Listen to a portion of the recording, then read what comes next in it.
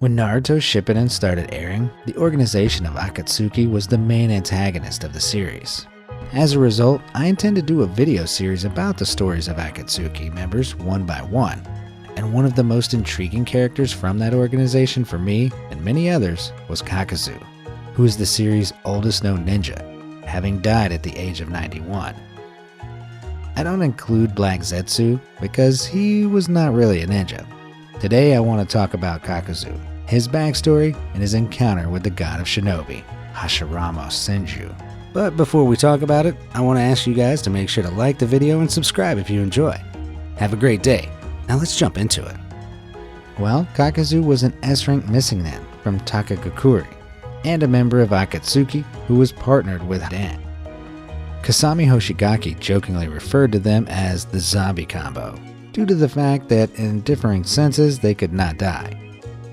In his battle against Team Asuma and Kakashi, he said that the headbands reminded him of the very first Hidden Leaf ninja he fought, and that ninja was Hashirama Senju. Given the fact that Hashirama's death happened off-screen, a lot of people thought that Kakuzu was the one who killed Hashirama Senju, but that's incorrect. On September 9, 2008, the third Naruto databook was released, which covered the chapters from 245 to 402. This databook reveals a lot of interesting details about this series and its characters. From this book, we learn a lot of interesting things about Kakuzu's backstory. According to this databook, when under the servitude of Takagakure as an elite ninja, Kakuzu took on a mission to assassinate Hashirama Senju, the first Hokage. This mission, however, ended in failure against the god of shinobi. Despite the insurmountable danger faced on the mission, what awaited his return to his village was the stigma and harsh punishment associated with the failure of his objective. In response to this treatment, a wrong levied against a shinobi who had put life and limb on the line for his village, Kakuzu came to hold a violent hatred for Takagakure as he escaped from imprisonment. In his first flight from the village, Kakuzu killed the village elders, took their hearts, and fled with knowledge of the village's most prized forbidden techniques. He made a living off of bounty hunting on the black market and tearing out the still beating hearts of powerful shinobi to extend his own lifespan and arsenal. We can see that the databook clearly implies that Hashirama defeated Kakuzu very easily. In fact, this defeat was the reason Kakuzu became a rogue ninja in the first place. I'm very impressed that Kakuzu even survived his battle against Hashirama, because when you think about it, the first Hokage is miles above him when it comes to power. He's the user of a lot of overpowered techniques, such as summoning a giant Buddha statue, which can overpower 9 tails combined with Susanoo. He can also summon giant wood human technique, which can deflect an entire tailed beast bomb with his bare hands. And let's not talk about the advent of a world of flowering trees and wood dragon technique. Surviving a battle with Hashirama Senju when you are leagues below him is without a doubt a feat in itself, especially after considering the fact that Kakuzu was not immortal yet, since he stole the knowledge of the Earth Grudge Fear technique after his battle with Hashirama Senju. But even with or without immortality, Kakuzu still stood no chance against the god of shinobi. Hashirama should have been able to one-shot him with minimal effort. I guess Kakuzu was not fighting alone and he was with a special squad. I think Hashirama slaughtered his whole squad very easily and Kakuzu barely escaped. Or maybe Hashirama let him escape, which in fact is very in character for him to do since we know how kind-hearted he really is. Despite being a lot weaker than Hashirama, Kakuzu is still regarded as one of the strongest ninjas who has ever lived. He was an extremely powerful ninja, earning membership into the S-rank organization of Akatsuki.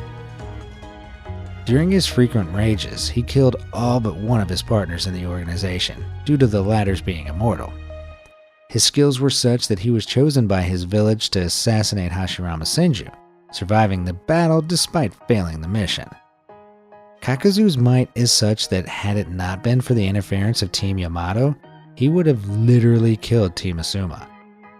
Kakuzu was quite fast, able to cross great distances almost instantly, and disappear from unfocused eyes.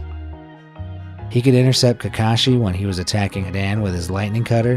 His raw strength could catch one of Choji's enlarged punches with a single hand and easily overpower the latter, as well as lift 2 people up by their necks with relative ease. Kakuzu was also adept at taijutsu, able to go toe-to-toe against the Sharingan-wielding Kakashi. From all the assimilations he has conducted over the decades of his defeated foes, he has amassed a vast amount of chakra. Kakuzu's fighting style and unique abilities revolved around the special nature of his body structure, which was composed of hundreds of thick gray tendrils woven throughout his flesh called Earth Grudge Fear, holding his body together like the stitches of a rag doll. This lets him separate his body parts at will, perform mid to long-range physical attacks, and sew up almost any injury he suffers. The threads could also be used to repair the bodies of others, as seen when he reattached Daiara's arms. Because of his unique body structure, Kakuzu is a highly enduring man, able to take a direct strike from Kakashi's lightning cutter without it hindering his performance. The skirmish with the first Hokage was not the only interesting thing Kakuzu had done during his life. Interestingly enough, at some point, he met the Gold and Silver brothers and witnessed Kinkaku's Jinchuriki transformation. He says something very interesting.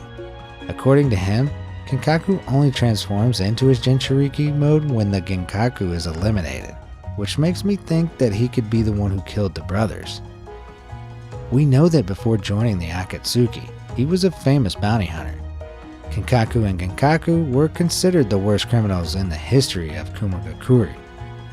I'm pretty sure that they would be listed in the bingo book, and their heads would have a very high price. We know that after defecting from Tagakakure village, Kakuzu became a rogue ninja. He was not affiliated with any other villages, and what if during the First Shinobi World War, during which he was alive and well, he joined Kinkaku Force, which most likely was a criminal organization due to Kinkaku being a criminal by the time the team faced Tobirama. The reason why he might have done that was to gain the trust of Kinkaku and Genkaku, so he could later catch them off guard and eliminate them.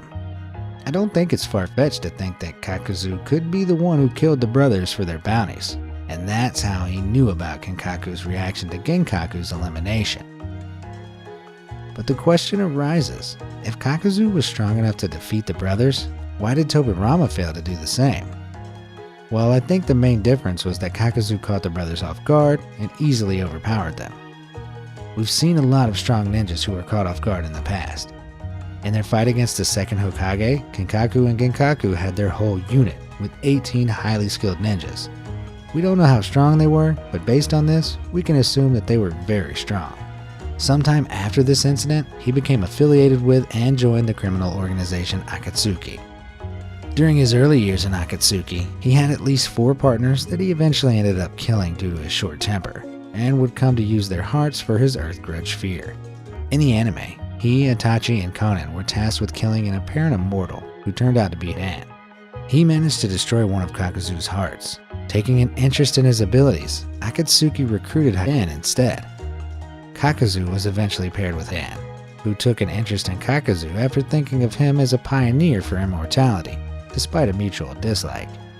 He was deemed a fitting partner for Kakuzu as he could not be killed because of his own similar immortality. Akatsuki has been one of the best things that has happened in Naruto, and I really like its concept and its members. What do you think about this video? Should I continue uploading videos about the backstory of Akatsuki members? Let me know in the comments. I hope this was informative. Make sure to check out our other videos if you like this one. Shinzumaki out. Peace.